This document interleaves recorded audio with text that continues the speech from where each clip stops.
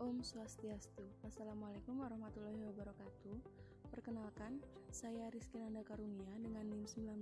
Di sini saya akan memaparkan laporan praktikum kimia lingkungan 1 dengan judul Penentuan timbal dalam air dan sedimen.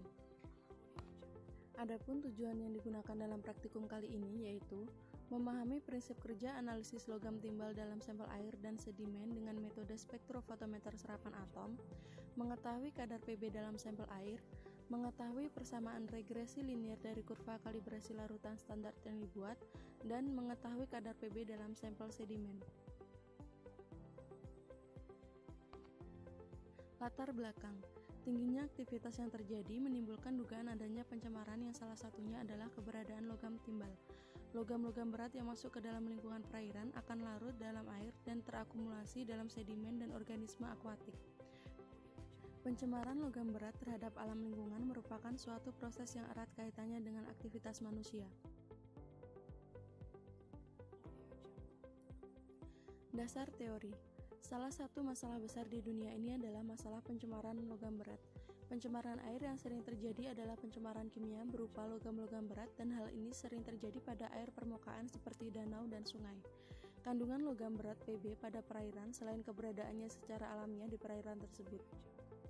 Fluktuasi konsentrasi logam berat dapat dipengaruhi oleh masuknya buangan yang mengandung logam berat seperti limbah industri, limbah domestik dan limbah pertanian, debu yang masuk ke perairan dengan bantuan air hujan, aliran sungai, dan angin. Pencemaran suatu perairan oleh unsur-unsur logam berat selain mengganggu ekosistem juga secara tidak langsung juga dapat merusak perikanan dan kesehatan manusia. AAS merupakan metode analisis unsur secara kuantitatif yang pengukurannya berdasarkan penyerapan cahaya dengan panjang gelombang tertentu oleh atom logam dalam keadaan bebas.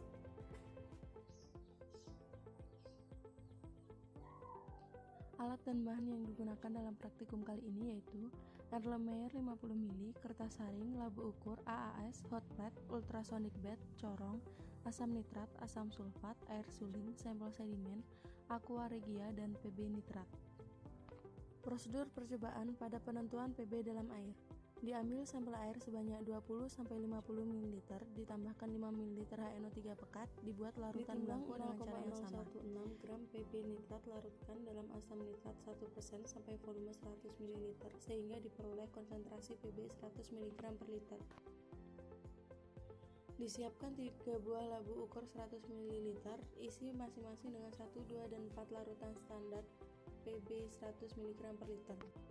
Diencerkan masing-masing labu yang sudah berisi larutan standar sampai tanda batas. Kemudian, ukur absorbasi larutan pada panjang gelombang 283,3 nanometer. Pada penentuan Pb dalam sedimen, 1 gram sampel sedimen dilarutkan dengan 10 ml resep aqua regia. Campuran didigesti dengan ultrasonic bed pada suhu 60 derajat Celcius selama 45 menit.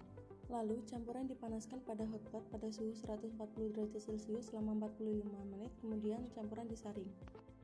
Filtrat yang dihasilkan diencerkan menjadi 50 ml, kemudian sampel siap diukur dalam instrumen AAS. Didapatkan data pengamatan sebagai berikut.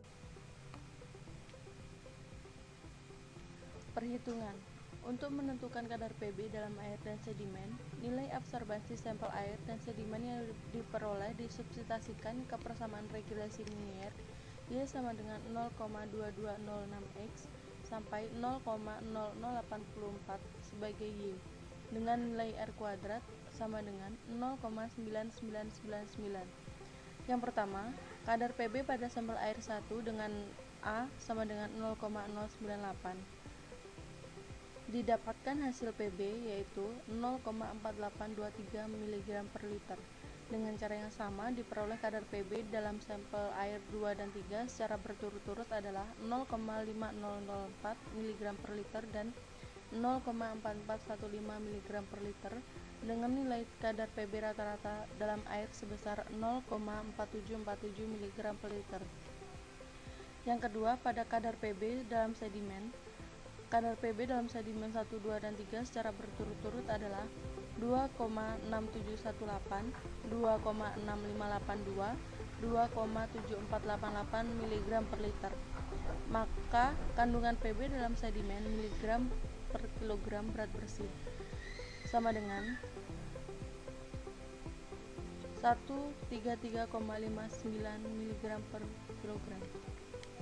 Dengan cara yang sama, maka diperoleh kadar Pb mg per kilogram pada sedimen 2 dan 3 secara berturut-turut adalah 132,91 mg per kilogram dan 137,44 mg per kilogram dengan Pb sedimen rata-rata yaitu 134,647. Kan kurva hubungan antara nilai konsentrasi terhadap nilai absorbansi.